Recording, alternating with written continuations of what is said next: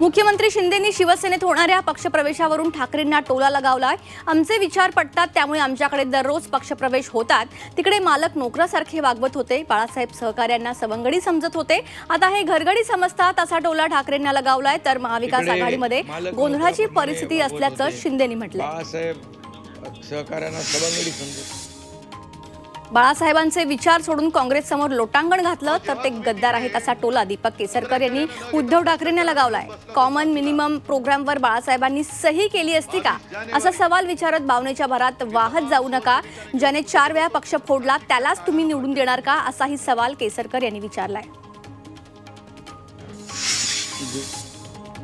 सिंधुदुर्गात केंद्रीय मंत्री नारायण राणे यांच्या प्रचारार्थ शालेय शिक्षण मंत्री दीपक केसरकर ऑन फील्ड उतरलेत। भर उन्हात केसरकर राणेंचा प्रचार करत आहेत। सावंतवाडी शहरातील व्यापाऱ्यांची भेट घेत नारायण राणेंना मोठ्या अमृत नोनी गॅस्ट्रिन, अपचन, ऍसिडिटी, गॅस्ट्रबल ह्यापैकी तुम्हाला कुठलाही गॅस्ट्रिक प्रॉब्लेम झाला, उपाय एकच, अमृत नोनी गॅस्ट्रिन। मताधिकांनी विजयी करा असं आवाहन केसरकर यांनी केलं।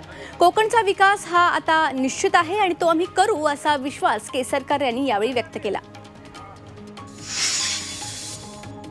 शिरूरमध्ये एकीकडे अमोल कोल्हे विरुद्ध आढळराव असा सामना सुरू आहे, तर दुसरीकडे प्रवीण दरेकर विरुद्ध अमोल कोल्हे यांच्यात जुंपलेली आहे।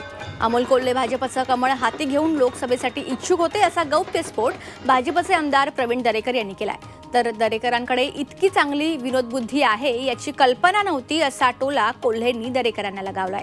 याची मला खरंच कल्पना नव्हती। तानाजी सावंत आता केवळ कार्यकर्त्यांचे मनोधैर्य वाढवण्यासाठी एकनाथ शिंदे मुख्यमंत्री होणार असं विधान करतायत असा चिमटा अमोल कोल्हेंनी काढला। महायुतीच्या 41 जागांवरून घसरण होऊन 12 ते 13 जागा निवडून येतील असा विश्वास अमोल कोल्हेंनी व्यक्त केला। आढळराव पाटलांनी स्वतःच्या कंपनीच्या फायद्यासाठी लोकसभेत पाणबुडीचे प्रश्न विचारले असा आरोप अमोल कोल्हे यांनी केलाय। कंपनी संदर्भात विचारलेल्या प्रश्नांचा पुरावा द्या, निवडणुकीतून बाहेर पडेन असा इशारा आढळरावांनी दिलाय आणि यावर आज कोल्हेंनी पाणबुडीचे प्रश्न विचारल्याचा गौप्यस्फोट केलाय। तर आढळराव लोकप्रतिनिधीच्या बुरख्याखालचा व्यापारी असल्याची टीका कोल्हेंनी केली आहे।